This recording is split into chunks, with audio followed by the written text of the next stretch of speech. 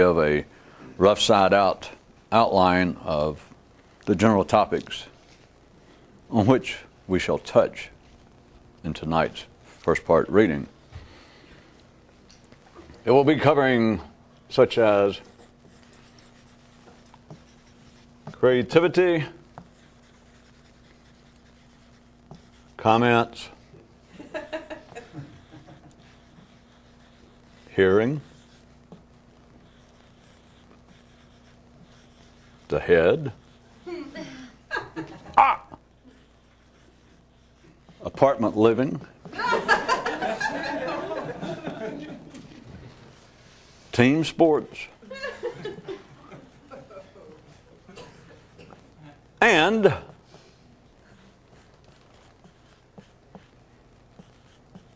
the mystical. Not covered, however, tonight will be anything allegorical, so I'll tell you now.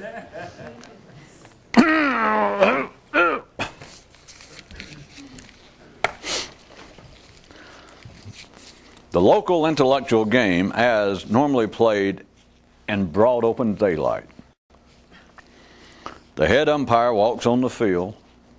The band begins to play the anthem. The people reverently stand and are shot.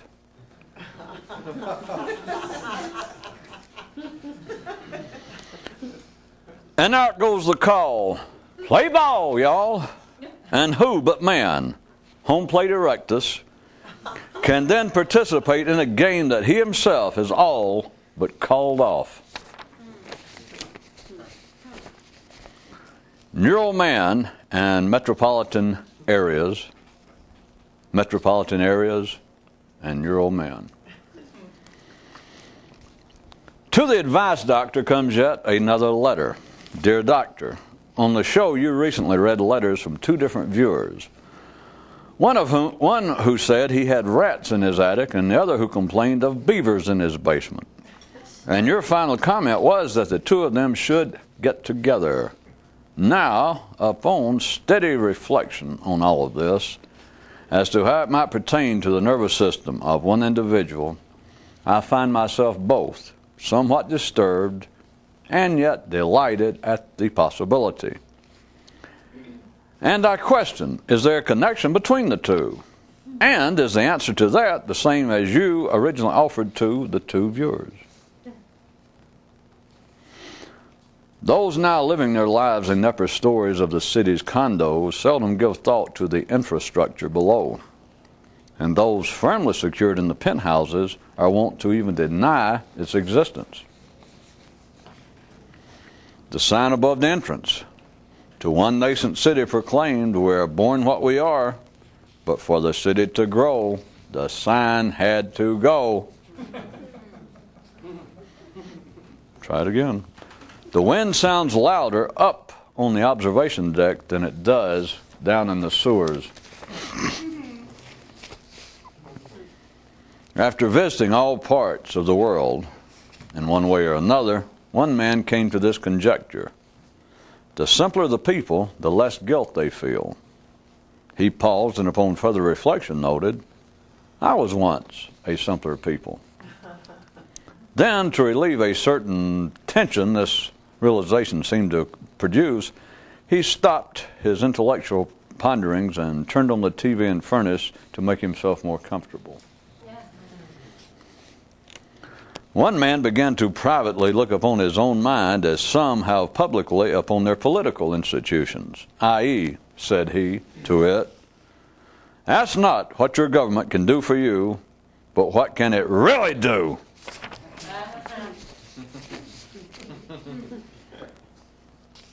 The teacher said to the class, just as water is fluid, so are men's words and thoughts, unless you're dead. And the student asked, how many kinds of death are there? 2, death, and being adult death. Hardening of the arteries often first reveals itself in the halls of museums. Another difference between the ordinary and the accurately anxious is that the ordinary believe that man's relationship to the creative force initially got off on the wrong foot and that we've yet to correct it. Whereas those with more futuristic eyes sense no such tension and see their only problem as one of slow-moving clocks. From the Mystic's Dictionary, life, a train that's always just left. By the by, those of you from other parts, perhaps on other schedules, might care to know that in the aforementioned lexicon, there are no negative, pessimistic entries. A boy asked his father, "Is there a correlation between being poor and being stupid?" And the elder replied with his own question, "Is there a correlation between being rich and being intelligent?" To which the lad replied, "Observation says, obviously not." Then added the father, "But note, only one of the two is commonly commented on. What make ye of this?" And the boy, being the true son of the man, suddenly realized they had been discussing a type of wealth not carried in one's purse. So stopped and reflected one man. Why do we not learn from listening to what we ourselves say?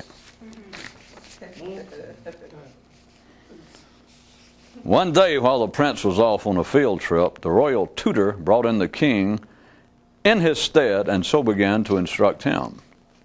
A wise man and ruler treats all others just as he treats himself. "And how is that?" asked His Majesty, going along with it all. "With total indifference," he replied.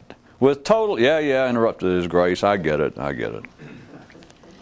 Moral: only a man truly in charge of his affairs and kingdom can afford to piss himself off in ways such as this.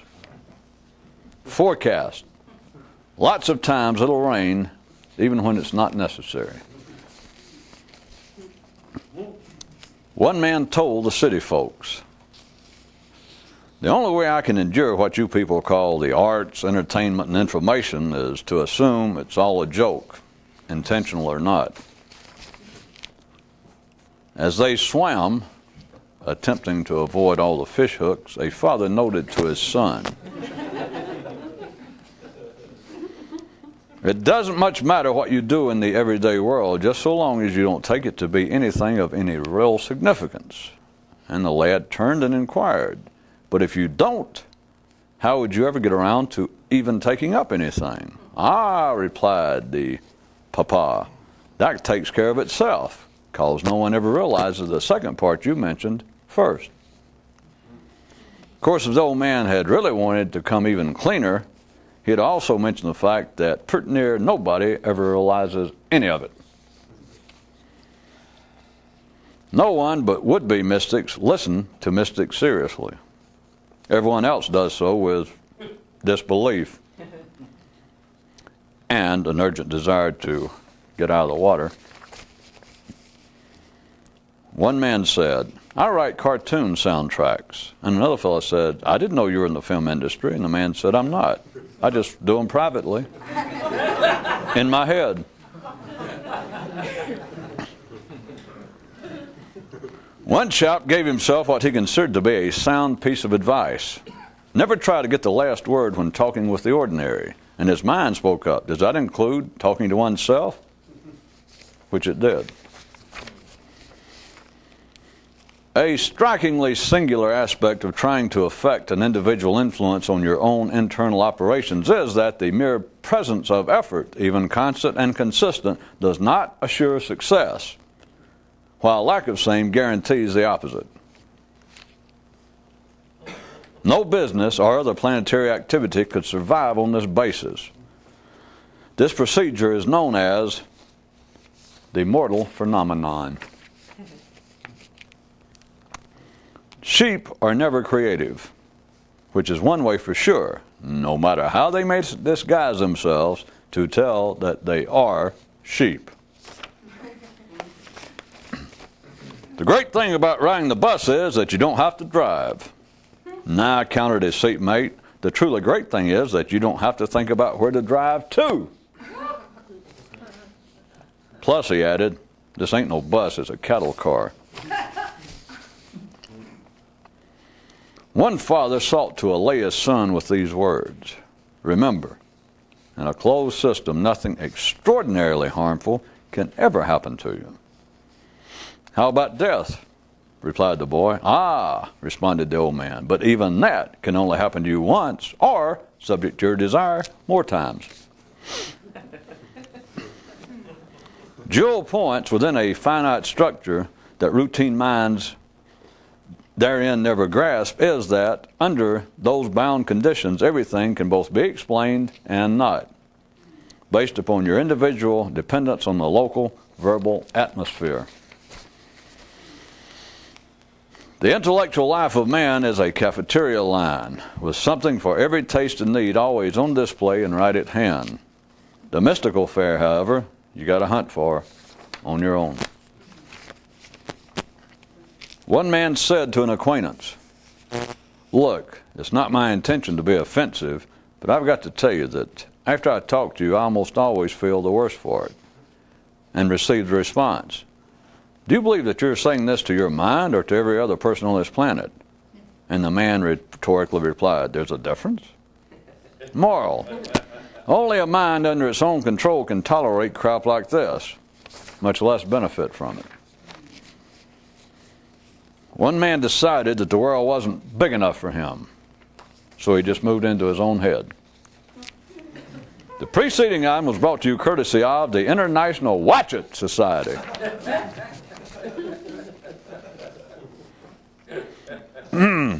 It's often hard to hear what's said in a closed system because of the echo, and reverberation, nation. The royal potential, its promise, its loss.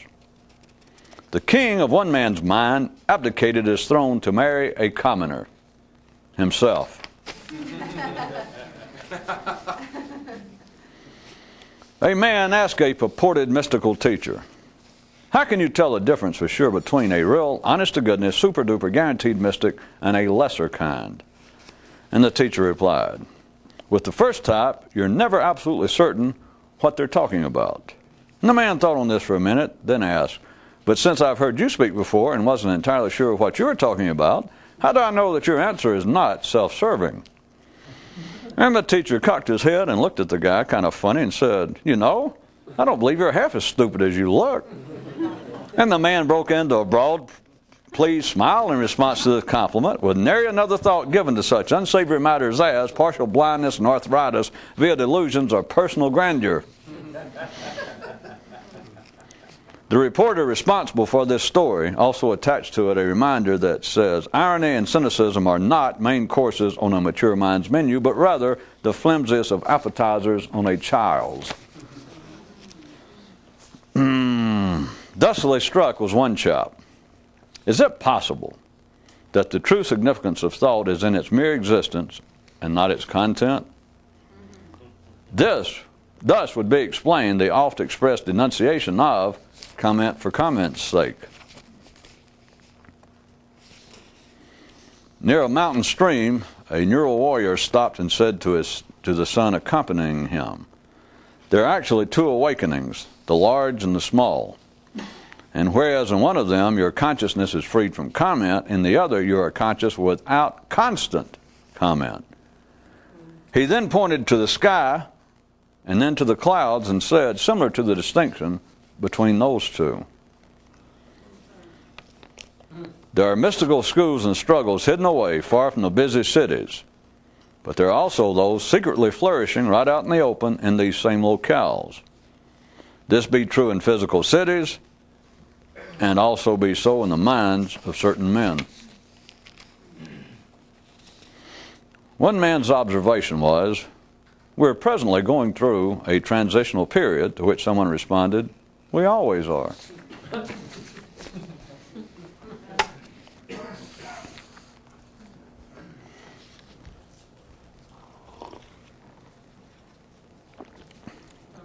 What an interesting menu. Yeah. Those of you capable of doing such things may recall that sometime within your lifetime, recently, we were mentioning the matter of mentioning the general lack of readily available, positive, constructive, nourishing intellectual fare, if you recall that. Being specific about being critical of life, because if you're ordinary, then remember it is a cafeteria there and you get what you need. It's always available, and so it's there. And to criticize it because someone behind you or in front of you says, well, all I want is some mashed potatoes and white bread. For you to go, well, what limited taste do you have? Why don't you have a falafel and something neat and exciting? All you're showing is your own provinciality to criticize others, because there in the cafeteria is what everyone needs. They may need just mashed potatoes instead of white bread. They may need mashed potatoes and Freddie attacks Elm Street, number 14. All right? White bread and a bodice ripper. In the cafeteria, intellectually, as the ordinary might want to say spiritually, but intellectually, is what everyone needs. It is always there. It is on display. It is readily available. You will always find it. But if you try and up the stakes a little bit, while understanding enough, I will point out again, as to be non-critical of those on each side of you, in front of you, and behind you in the serving line. If your taste runs beyond that which is available, you simply do see what I pointed out, without it being critical. It is simply the nature of that kind of dining establishment. That there is, out in life, via all the arts, all the entertainment, all the literature, there is not readily available that to feed an extraordinary hunger, which shouldn't be of any secret. Why else, out of desperation, would you be listening to me, for instance? It sounds like that one tends to regret not having a script and suddenly whip out the old neural derringer and shoot off a toe.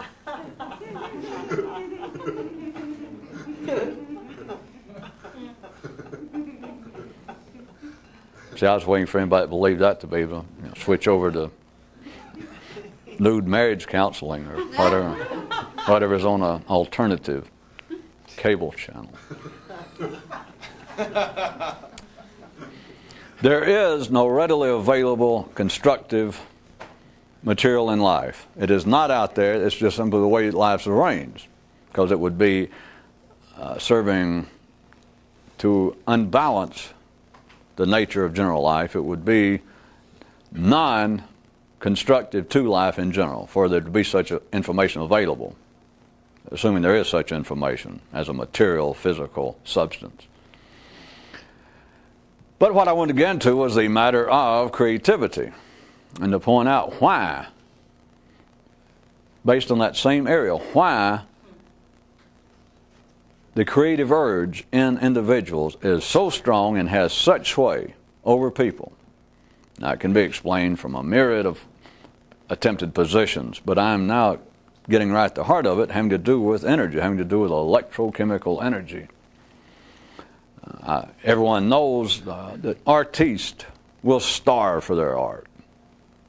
Well, real stupid artists will starve. But now, figuratively speaking, a real artist will suffer. You know what I mean.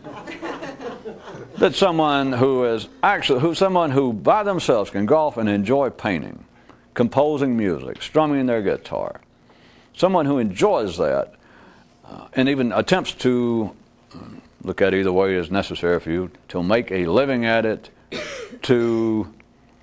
or slice to become known for their talent. The point is where the idea of starving for your talent comes from. Those who have that much enjoyment, or touch that much, or that close to the creative spirit, will almost starve.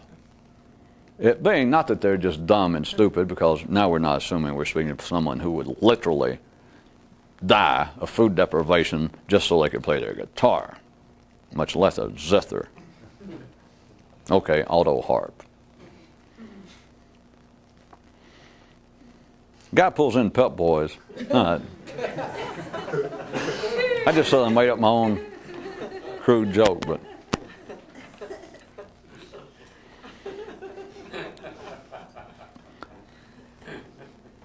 the reason that creativity strikes so many people so strongly and why it is so enjoyable is that at an individual level, that comes about as close as people, as men and women ordinarily get to something nourishing. You follow. And I don't mean, I'm not now speaking of the output. We're not speaking of whether someone composes a small symphony that seems worthy of Mozart, assuming that you found that to be an admirable example, whether it sounded like that, whether we're talking about someone who has the composing abilities of a Mozart or a George Clinton, or someone who failed. It is not that, it is the enjoyment they get out of it themselves. And that is about as close as an ordinary person ever gets to nourishment of a positive, constructive kind. This should be, the reason I'm bringing it out is that it should be useful because you can feel clearly that it's no longer a theoretical distinction. What it is, and I'm going to assume that all of you, generally anyone who is properly interested in this has some sort of talent. And I always play out music and painting and et cetera, but there are all sorts of things. It could be carpentry work, it could be sewing, it could be any number of things. If there's something you can do, the hobby, the artistic, creative thing, is something that you do that by the widest definition is creative. It could be gardening, but it's something that you felt as though you did it. That is so powerful to people. It is so strong that, as I said, we have the general basis of jokes and humorous asides, if not slingshots, go along with it about, well, artists will even starve. It is that it has a singular sway over people, those involved. Philistines, of course, are playing, in a sense, the counterbalance to that so that artistes don't get out of hand, and they look at it and go, you people are crazy. Get a job, get a bank account, wear a suit, get a shave. Stop all that stuff. That's useless. Why does it matter? You'll never get famous. You'll never make any money at this. It is, by its very feel, by its very experience, what I want you to see, a limning of the distinction between that which is not ordinary and which does not fit the true definition of being constructive, that out in life, a man, was that convoluted enough? How many times are you going to ask me that? I don't know. How many times are you going to get convoluted that you can say, that was all, not foreplay, footnotes.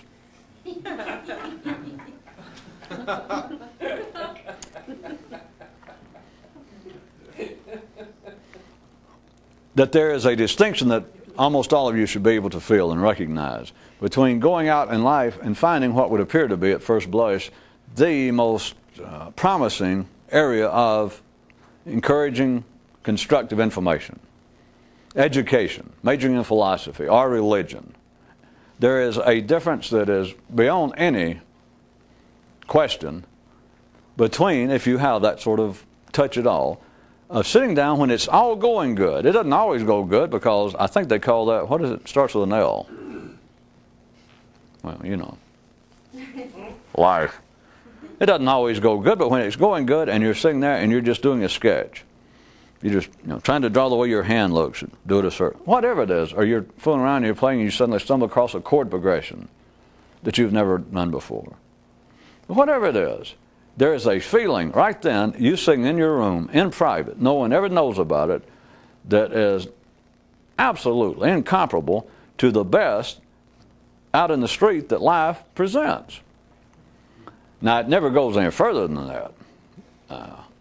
Men attempt to make it so, which goes into a whole other area that I've touched on before that gets into not gilding a lily.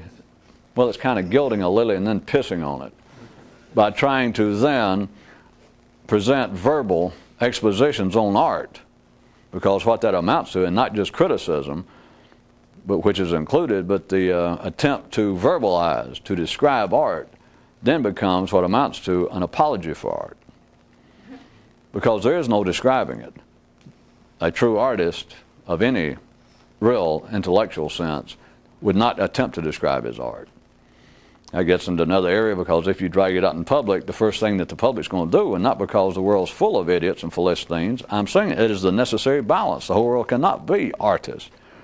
So as soon as you pull your art out, if you're going to do that, and you have the chance to make it public, whether it be music or dress designing or woodworking or hem stitching or painting, sculpture, as soon as you drag it out, if you present it out there, don't show yourself to be a double idiot. That is, don't be surprised that the first people that come up are going to go, what in the hell is that? That's the nature of it. Now, that's one thing. That's life. But now you have stepped into you've thumbed a ride on the honey wagon. If you respond to it, which almost justice prevails again if you're an artiste. If you have any talent and you drag it out in public and go, huh?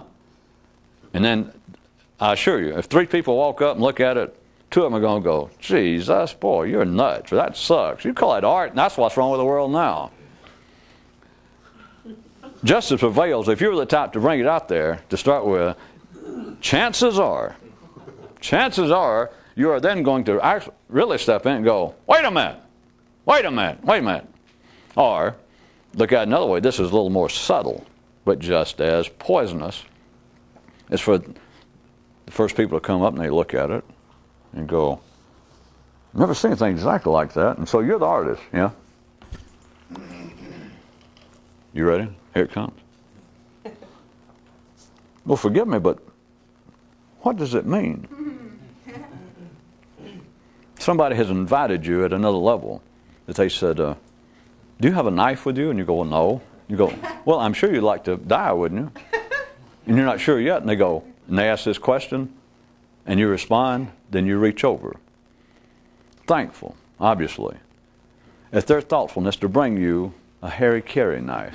That if they say, well, I'm not sure I understand it, would you explain it? And you go, well, I'll be delighted.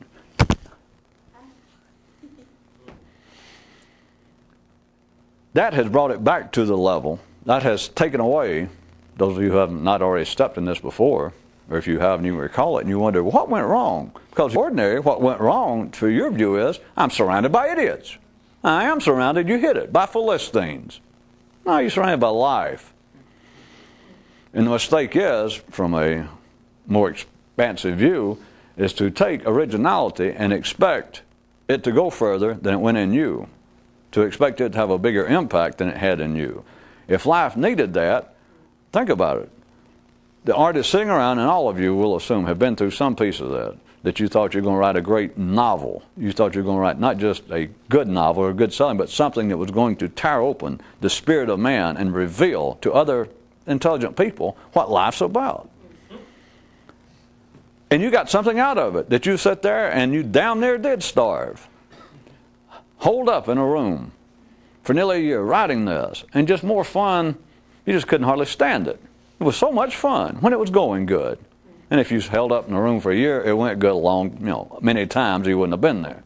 But then to get through and to hand it to a publisher and to expect anything positive after that, you have taken it upon yourself to, at least the little death, and I don't mean the good sexual variety, but you're just beginning to peel the skin away and kill yourself a little at a time. And when that happened, and all of you will assume again that all of you have had some taste of this, you blamed it on the public. That is, you blamed it on others. It doesn't matter how big the public, it'd just be a few publishers that you present it to.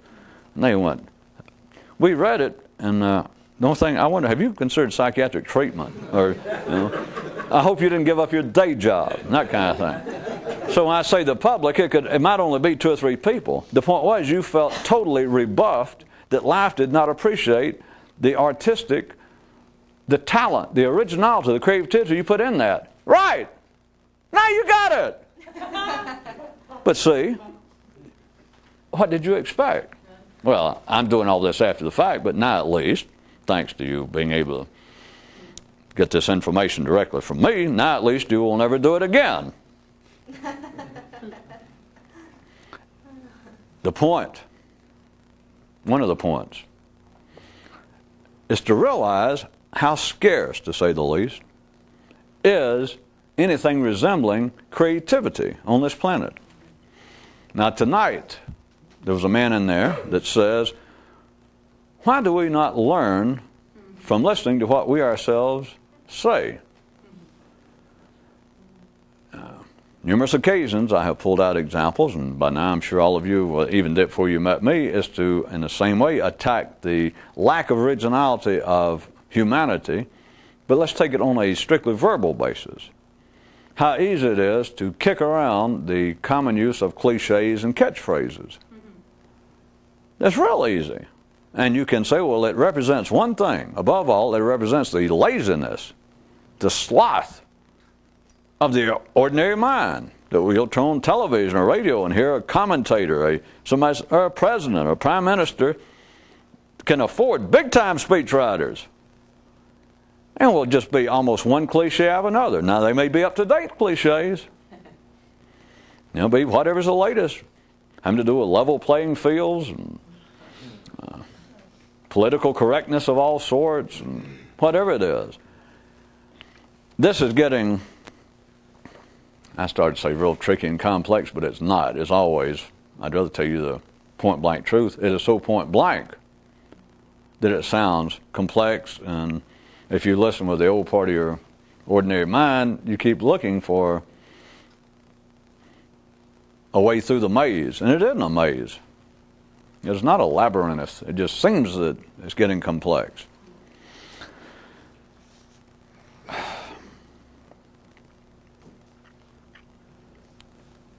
There's so many examples. How about this? Here's something that happened recently, but it's always happening recently. New problems with a cult somewhere.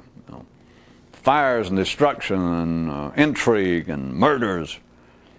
And they'll mention about some cult somewhere in the world and the problem they're having, and they will mention the guy who apparently was a founder, and without exception now, they will always mention, they'll show his picture, point to him and say, photograph, and they'll say, the charismatic cult leader.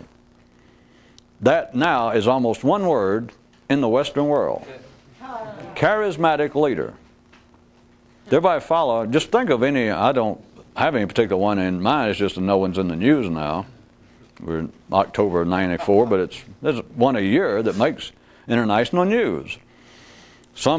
Nobody's ever heard of them before. Not on a national level, they'd never make the national news until they get in some sort of squabble over power and money, and there's murders and fightings, and suddenly it makes the news. And they'll mention, well, of so-and-so cult, nobody, and they'll say, in the charismatic leader. Now think about it. Now remember, this is real, so point blank and in your face that it sounds complex.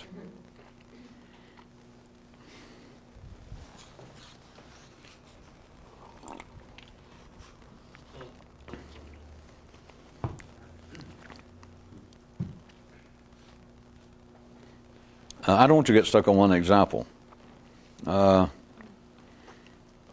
Politics. Now, I'll get back. I may go ahead and use that, but I want you to understand, I know how this gets, that especially as ordinary people would say, if I pick out kind of hot topics and your mind begins to listen, you think that you're tuned in some kind of otherworldly version of hard copy or inside edition.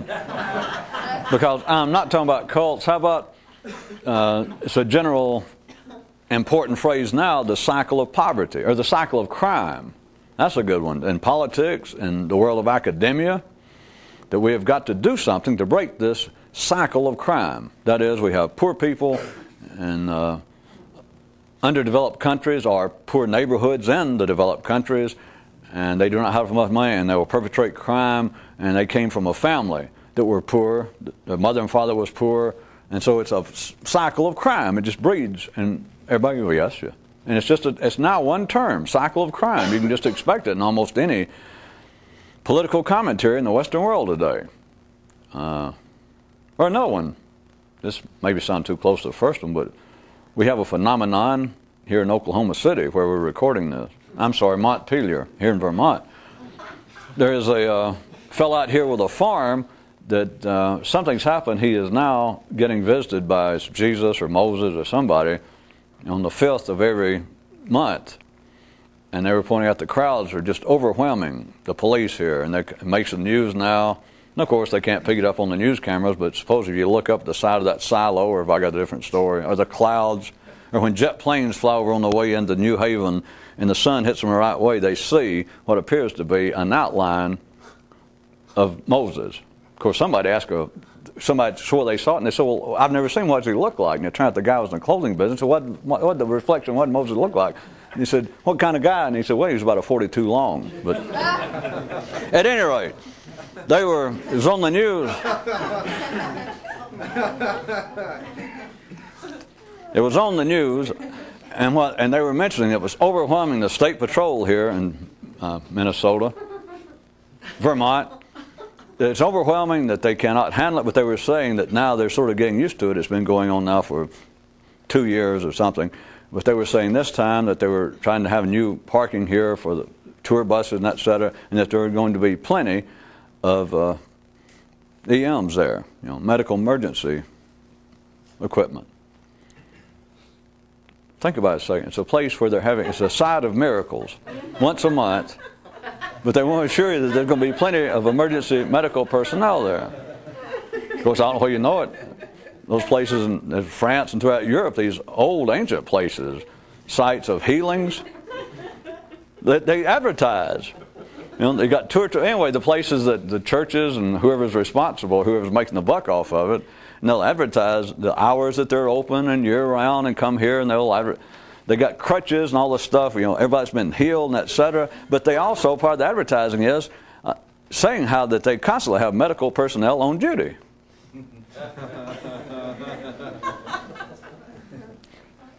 Which is almost like the one somebody told me that you saw driving in here. It's that church right outside of Portland, that said on the marquee it was about God is the answer to all, and right under it said women's counseling Wednesday 7:30.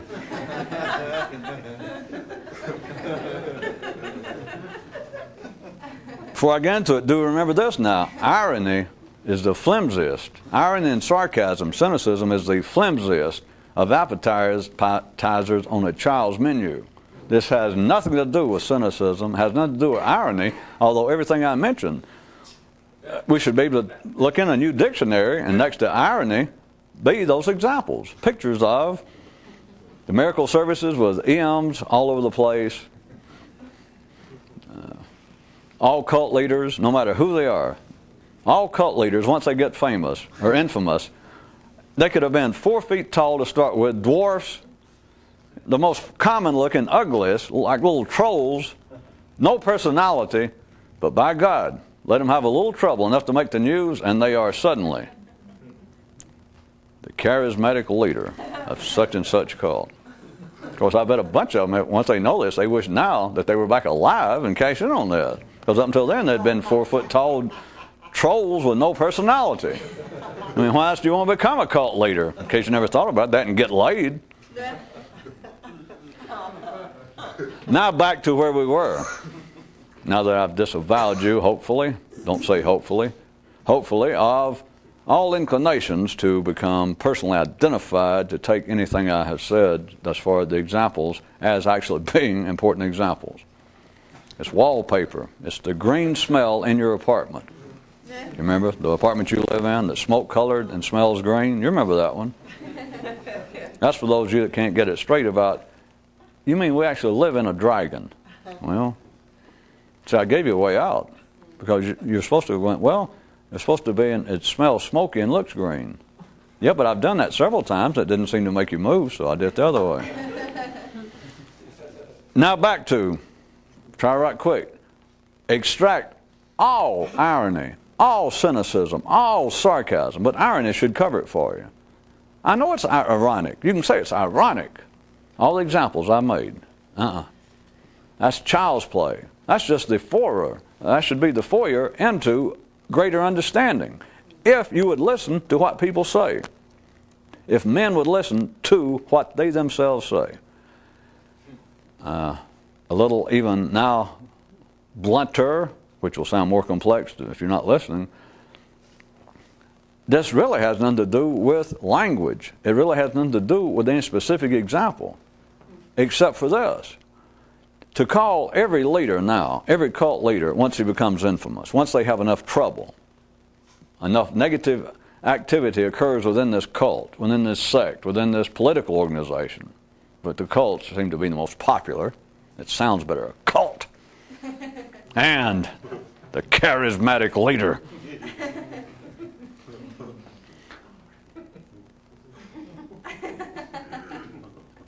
It would sound as though there might be some importance to the words, but what I'm trying to get you to see is they're not, except on this basis, that if you could hear in a certain way, if you were wandering this planet and actually had a mystic's mind already plugged into you, that you'd replace the card up here with a more up-to-date mystic's card in there. There is a constant, continual purpose in what people say, but men have no idea what it is. And the example I used, charismatic leader. Don't even try and disassemble that in any ordinary psychological manner or sociological manner, or to say, well, it's because of the ingrained prejudice of organized religion and therefore they treat. No, don't take any position except this.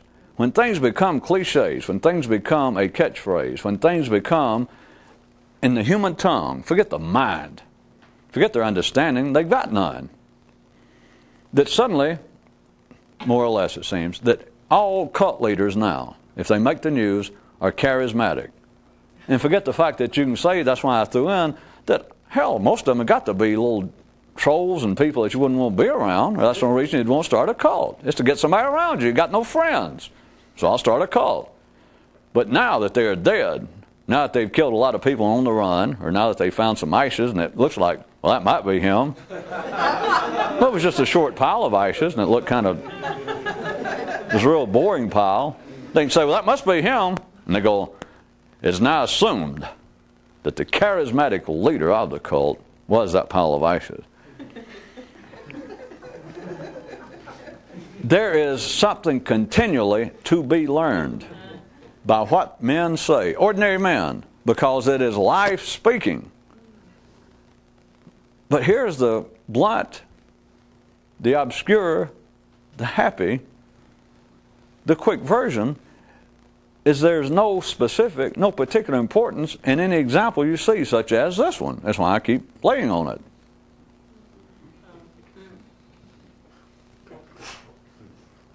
All right, did verbally anybody follow that? I can't stop it. We can't have a test. If an ordinary intelligent man was listening to all of this and listening to that last sentence where I asked, do you understand that it doesn't matter what's being particularly said, but you can learn from it? An ordinary mind would go, you know, Jesus, you are, you know, I guess I'd be, if they took it at that level, that I'd be beyond crazy. I don't know a word for it. Just astoundingly deranged, or just out of your mind. It has no particular significance. It has no particular significance, any form of irony, other than the fact, if you can hear, anytime you spot irony or hear it, it is like a foyer. It is an entranceway to some fresh understanding. But then if you say, of what? Well, wait a minute. The thing about that over at the miracle site where people are being healed and seeing apparitions of Abraham and Jesus, you're saying that they now are stressing the fact that there are plenty of emergency vehicles on call there. God, is that ironic? All right. But it's got nothing to do with that. It has to do with the needs of man to adjust to life continuing to move, and it's according to how strong your constitution is to realize whether, I can put it to you two ways. It's for man having to deal with the fact that life is moving and dragging him with it, or life is moving and one of its main thoroughfares is man. In either case, the continuing change in verbalization and description, especially irony. Irony is always, it's like the parade about to put down another foot. It's like one of those little toys that used to have a bunch of 4 or 5 feet around on a axle and you put it on an incline and just one foot rolls over the other. It's like the next foot's about to come down. It's like you're about to go from one room to another, man collectively. And in the beginning, it's always ironic. It's always, all right, it's ironic. It was ironic, to take ordinary history as simply as they put it. It was ironic.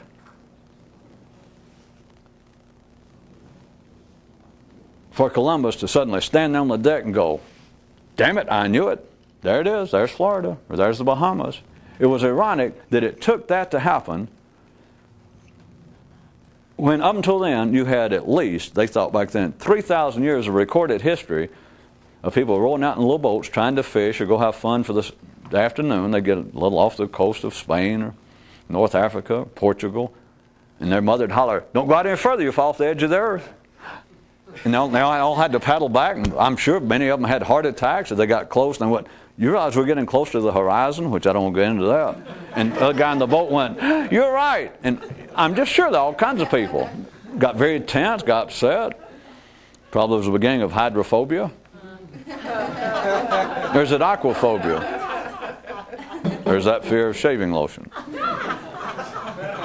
Or you could say, there it was that finally, Thomas Edison went, what was his name, Watson, come here, I want to speak to you. There it was, suddenly, the beginning of modern day communication, the beginning of those of you that's got AT&T stock of the thing finally doing something. Come here, I want to speak to you. Wasn't it ironic? There it was, when it was 1870, and you had another 3,000 years before that, of people just wearing their throats out, hollering, come home, or come in here. And now you got the phone. You can say, well, isn't it ironic? You understand? It's not ironic. It was simply things move, but if you stand there at a certain cusp, you can say, well, that's ironic. And it doesn't matter what the area is. But think about now, after saying all that, there is a reason that the ordinary mind of man collectively must say now.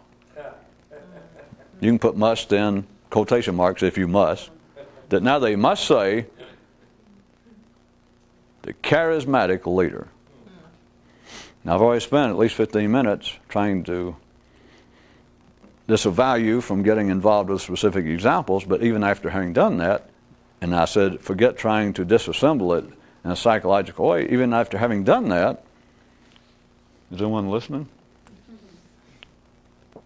Think about it. Don't get hung up on any specific example, but now think, how are you going to explain some of the behavior of men unless you have the proper modifiers? How is the mainstream of sane collective people right now to explain, to rationalize that their sons and daughters, their mother or wife, people that they may have done business with, they suddenly find out they went off and they joined that group of people that became a cult up there in Tennessee or over in Norway. That was a whole bunch. That's the ones, Martha, did you realize that's the ones on the news that they just blown themselves up with a whole lot of hand grenades and tore down half of a city, took them with them? She goes, are you serious? And maybe it's their son, somebody they knew. How can you explain that?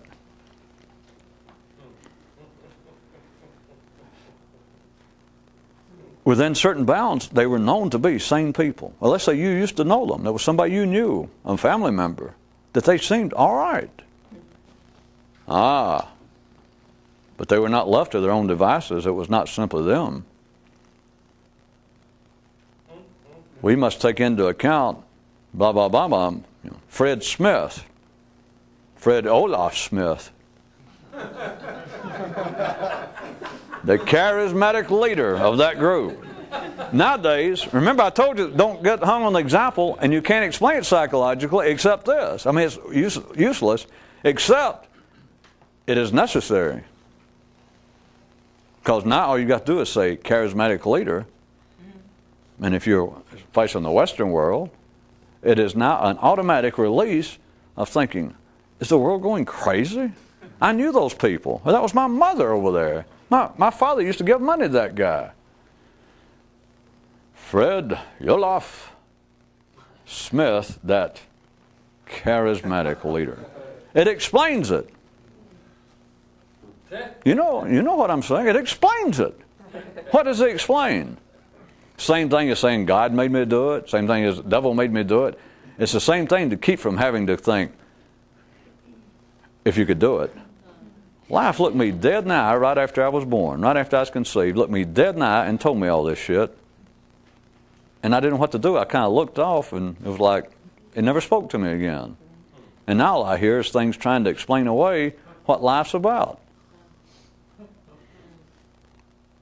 I'll tell you what life's about. It's about everywhere. Sort of a play on words. You didn't.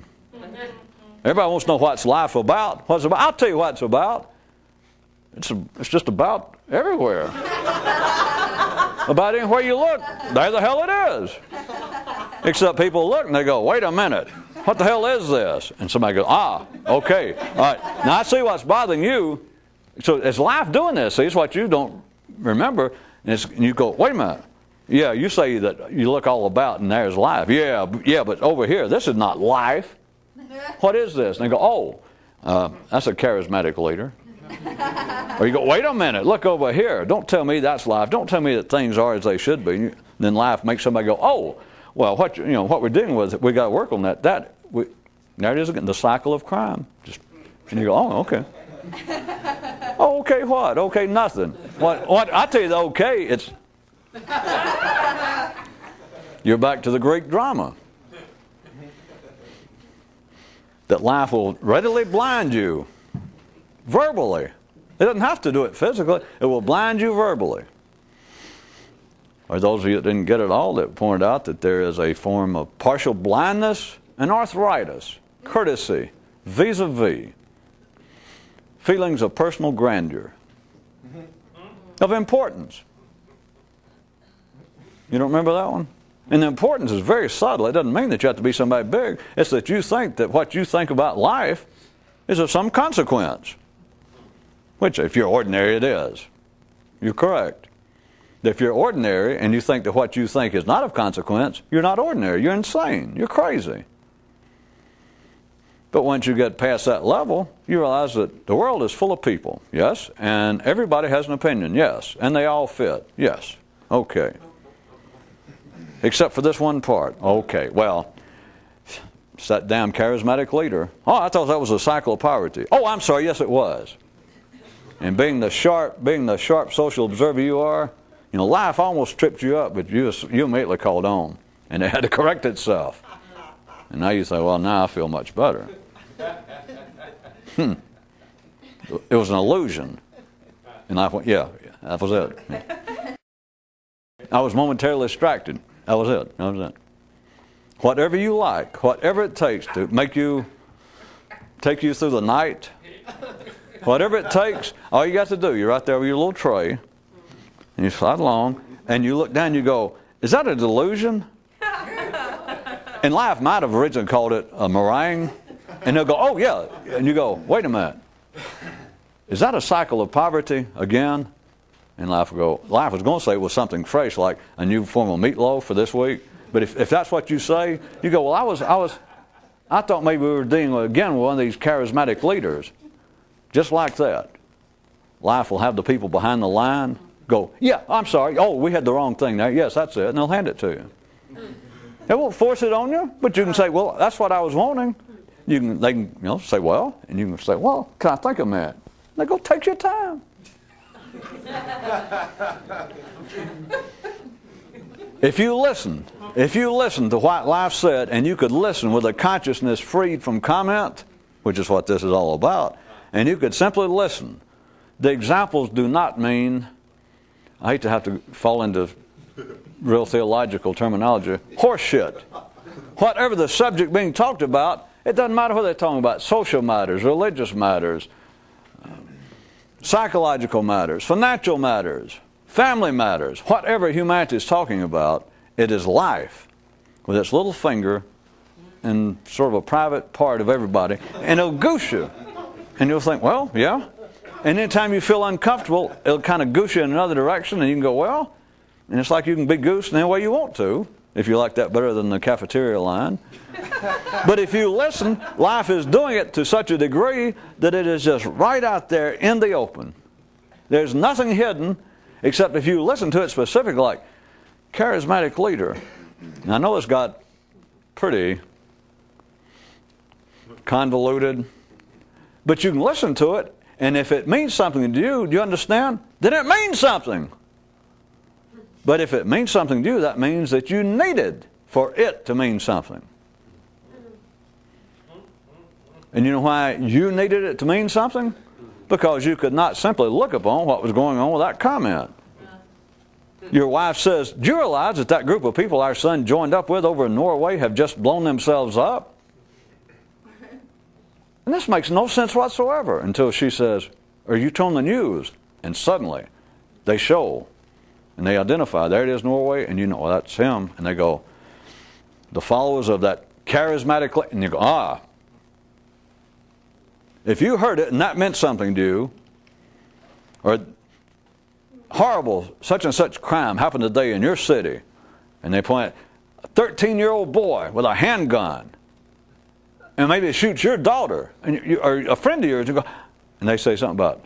But it turns out, as soon as the police investigate, it took them within 2 minutes to realize the child's father is in prison, mother so-and-so. It is, again, we're faced with this vicious, this endless cycle of crime. If you need to hear that, to give you a comment, then you'll hear it. You'll look around the cafeteria line and you think, well, none of this makes sense. And it's like suddenly you get a little pride. Or they'll begin to announce the menu. Somebody will read it aloud. Cycle of crime, cycle of poverty, childhood traumas, childhood abuse, repressed memories. And something you'll finally go, wait a minute, I like that. And life go, oh, okay, right here. But the example does not matter. The point I was having the man bring up, and which I was bringing up, we got 1 more minute? Okay. Was simply that if you listen to what people say, forget the example. It's what people say. If we would listen, he said, why don't we learn from what we ourselves say? But an ordinary person go, well, ordinary people would put up with that. They go, yeah, that's a good idea. We should listen more. But what they mean is we should listen more so we can criticize. We should listen to them doing stuff like childhood trauma. Don't give me that crap. He's a damn thief. It's not a cycle of poverty. Shoot them. They're just damn uncivilized.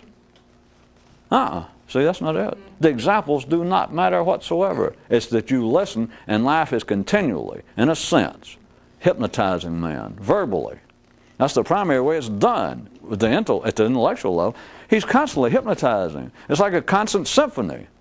I got news for you. Life makes Mozart look like child's play. I mean, the man's supposed to sit around a Schwab's drugstore and write symphonies on the back of a napkin in his head. Life can do it just like that. Whatever it is you want, like, oh yeah, right here. And if you don't see anything you like, it starts making up new things until one of them strikes you. I like that. Cycle of charismatic. I like that. Life goes, hey, you got it. You got it. It's just you listen, because life is having to continually write a whole new symphony, constantly, and hypnotize. And it's doing it with words, and man continues to talk and never listens. And ordinary people would want to jump on that. They go along and go, you're right. And if I said, really? They go, yeah, let me give an example. See? That's the whole thing. If they give you an example, or that is themselves, they're done for. Because their example is, they're back at the line going, let me have that example. And life to itself smiles and goes, oh, here, sir. Very, very astute on your part. Here you go. And they'll even compliment you. Like, oh, very nice. And to itself, all life's doing, non-verbally, is chuckling. Knowing, well, back in the cattle car. Everything's fine. Everything's safe. Bye.